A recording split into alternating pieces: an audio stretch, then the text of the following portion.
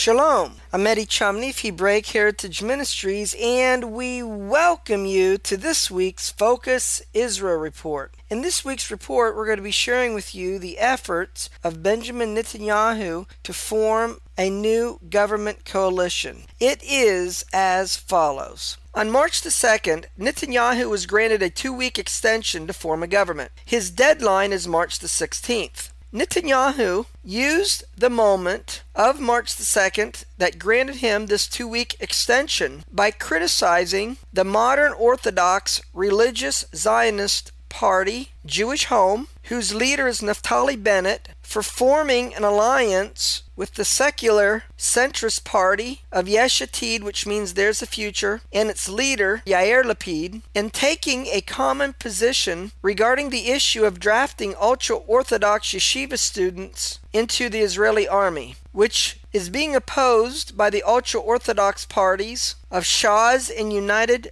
Torah Judaism, causing them to not be able to join the government due to their opposition over this issue. Netanyahu said, "The reason that I have not succeeded so far in establishing a new government coalition is because there are boycotts among the political parties. There's a boycott of a section of the Israeli public that does not correspond with my worldview. I'm doing everything within my power to unite the nation. And I think that we as Jews suffered from boycotts. We know that Israel is boycotted in international forums, and we oppose these efforts. The people who should understand this better than anyone else are those Jews who live in the West Bank who undergo daily boycotts. That is why, in my worldview, in Jewish history, we underwent terrible tragedies as a result of hatred between brothers and strife among the Jewish people. So when we look around today and see the tremendous challenges that confront us, such as our security challenges and our obligation to conduct a responsible diplomatic process in an effort to seek peace with the Palestinians, these challenges require a unification of strength and not division. And that is why I want to use the coming days to make another attempt to form a government that is as wide as possible, and I hope the other political parties in Israel are willing to show this same responsibility. In response to Netanyahu's comments, Jewish Home leader Naftali Bennett accused the party of Benjamin Netanyahu, Likud B'Teinu, on his Facebook page of boycotting Jewish Home. He said, "The message that we received from Likud was simple. Likud did not want Jewish Home to be in his government." Netanyahu met twice with Yesh Atid leader Yair Lapid, in addition to the leader of Hatnuah, the movement, Tzipi Livni, and the leader of the Labor Party, Sheli Yakimovich, as well as Kadima leader Shaul Mofez, and even the ultra-left political party of Meretz. While talking with these parties, Jewish Home was not contacted and was thus boycotted by Netanyahu. Likud said that they desired to form a government with the left parties of Labor, Tzipi Livni, and Yair Lapid, along with the ultra-Orthodox parties of Shas and United Torah Judaism, trying to make an argument that Netanyahu cannot conduct peace talks with the Palestinians if Jewish Home was in his government. That is why in the days immediately following the January 22nd elections, the Likud negotiators did not even speak with Jewish Home. Therefore, we knew that if we did not do anything, we would not be in the government. As a result, I spoke with Yesh Atid leader Yair Lapid, and together we agreed that Yesh Atid would not enter the government without Jewish Home, and Jewish Home would not enter the government without Yesh Atid. Jewish Home doesn't boycott any parties. This alliance between Yesh Atid and Jewish Home got an endorsement from 4 religious Zionist rabbis who support the West Bank settlers. Their statement said, "We support the approach that you are taking to save the world of the Torah and the settlement of the land of Israel by cooperating with Yair Lapid and his political party Yesh Atid." For his part, Yesh Atid leader Yair Lapid criticized the political tactics of the ultra-Orthodox parties Shas and United Torah Judaism on his Facebook page by saying that the ultra-Orthodox parties do not accept the rules of the democratic process. No one likes to lose, but everyone accepts the basic idea that sometimes you will be in the government coalition and sometimes you won't, saying that if his party, Yesh Atid, did indeed end up in the opposition, they will do so without feeling that someone hates them or rejects them. Furthermore, Lapid pointed out that no matter what ideology won the previous Israeli election, whether they represented the left, the right, socialist ideas, capitalist ideas, a Palestinian state, or no Palestinian state, the ultra-Orthodox were always willing to be in the government. Did someone change the rules and didn't tell us? Can a government be formed with the Likud party, without Labor, without Kadima, without Meretz, without the Arab parties, without any party at all? Yet the ultra-Orthodox parties always seem to be in the government, and if you aren't, you're somehow boycotting or rejecting them? What kind of strange democracy is that? The obvious conclusion is that there will not be any tragedy if, when the next government coalition is formed, that the ultra-Orthodox will not be in the government. Nevertheless, Lapid went on to say that I think that our world would be more meager without Torah study. This doesn't mean that because you study the Torah that you cannot work or serve in the Israeli army. But Torah studies are one of the basic principles of what it means to be an Israeli, and we have no Jewish existence without it. Lapid said that it's his task to return Israel's society's focus to issues like education, helping out small businesses, lowering housing prices, and reducing the cost of living. In other words, instead of focusing on empowering certain sectors of society, like the ultra-Orthodox, we need to assist Israel's middle class, which is collapsing as a result of it subsidizing all other segments of society. While Netanyahu originally tried to enlist either Jewish Home or Yesh Atid to join his government independently of each other,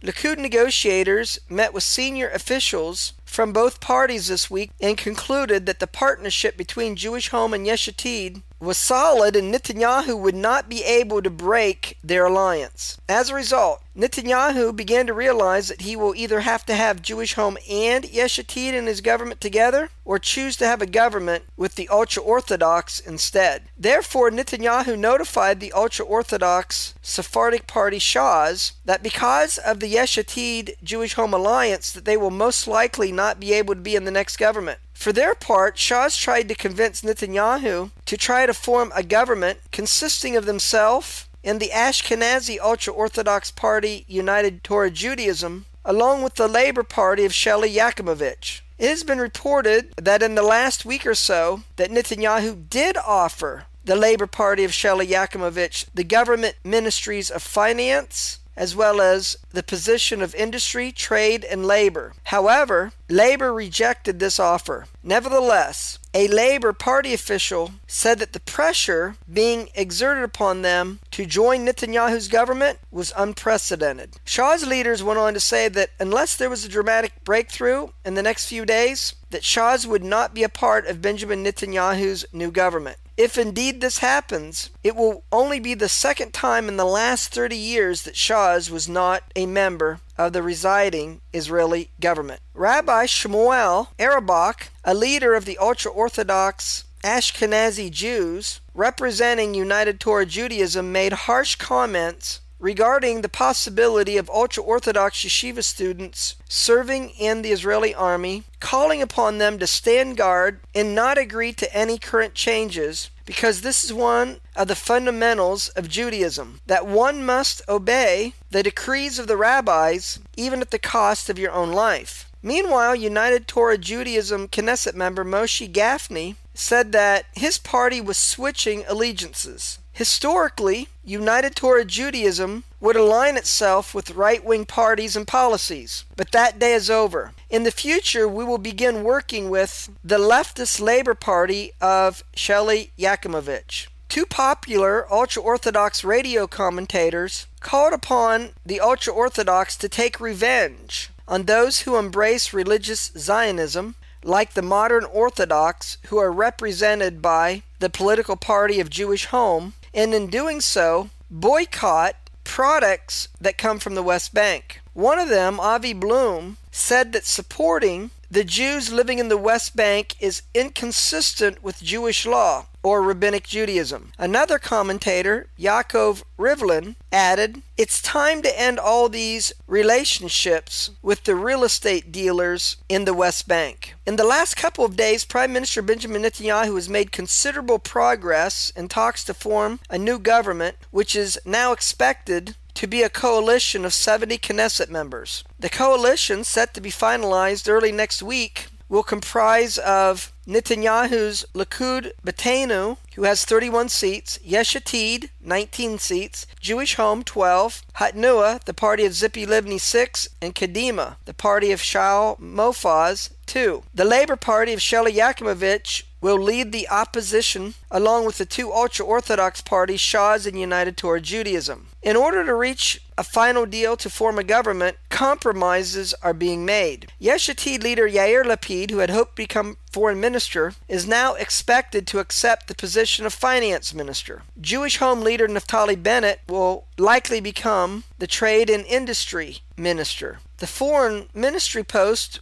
will be held for former Foreign Minister Avigdor Lieberman, who resigned in December to fight corruption charges and who hopes to be cleared of the charges and regain his former post. The defense minister is likely to be former Israeli Army General Chief of Staff Moshe Ya'alon. The housing ministry would go to Jewish Home along with the religious affairs ministry. Kadima leader Shaul Mofaz would become the minister of welfare. Yesh Atid would receive at least 4 ministry positions in addition to finance, including the education ministry. The compromise on ultra-Orthodox serving in the Israeli military will see 1,500 to 2,000 students exempted from serving in the Israeli army each year, which is much higher than the 400 sought by Yesh Atid leader Yair Lapid. And the ultra-Orthodox yeshiva students will begin their military service at age 22 rather than 18, which had been the position of Yesh Atid. Yesh Atid also showed flexibility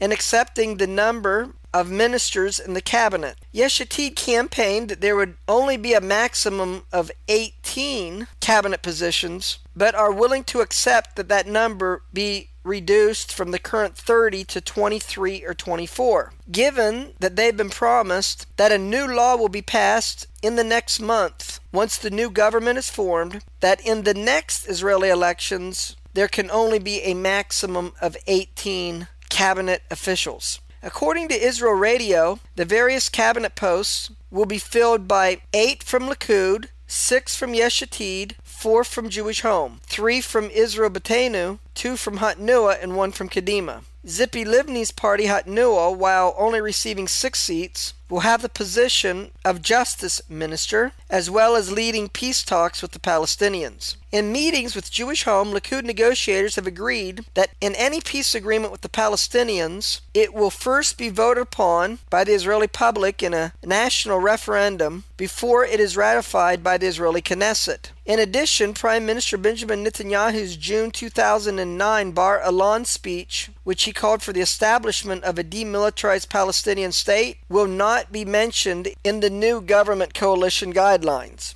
If Netanyahu is unable to form a government by March the 16th, new elections will be held. If new elections are held, poll results are showing that Yesh Atid would become the largest party in Israel, increasing their seats from 19 to 29. If this were to happen, Yesh Atid leader Yair Lapid would become the next prime minister of Israel. Jewish Home would increase their seats from 12 to 18. Likud would fall from 31 to 23, and Labor, Shas, and Zippy Livni would lose seats, while Kadima would no longer be in the government. At the moment, new elections seem unlikely, as Netanyahu is expected to present his coalition to Israeli President Shimon Peres when Peres returns this coming Wednesday from his current trip to Europe, and be able to swear in his next government either on Wednesday or Thursday. So it seems as though Netanyahu is making progress in his efforts to form a new government. Compromises have been made between Likud and the political parties of Yesh Atid and Jewish Home, who are expected to join the government, along with Kadima, making the total in the next government to be 70.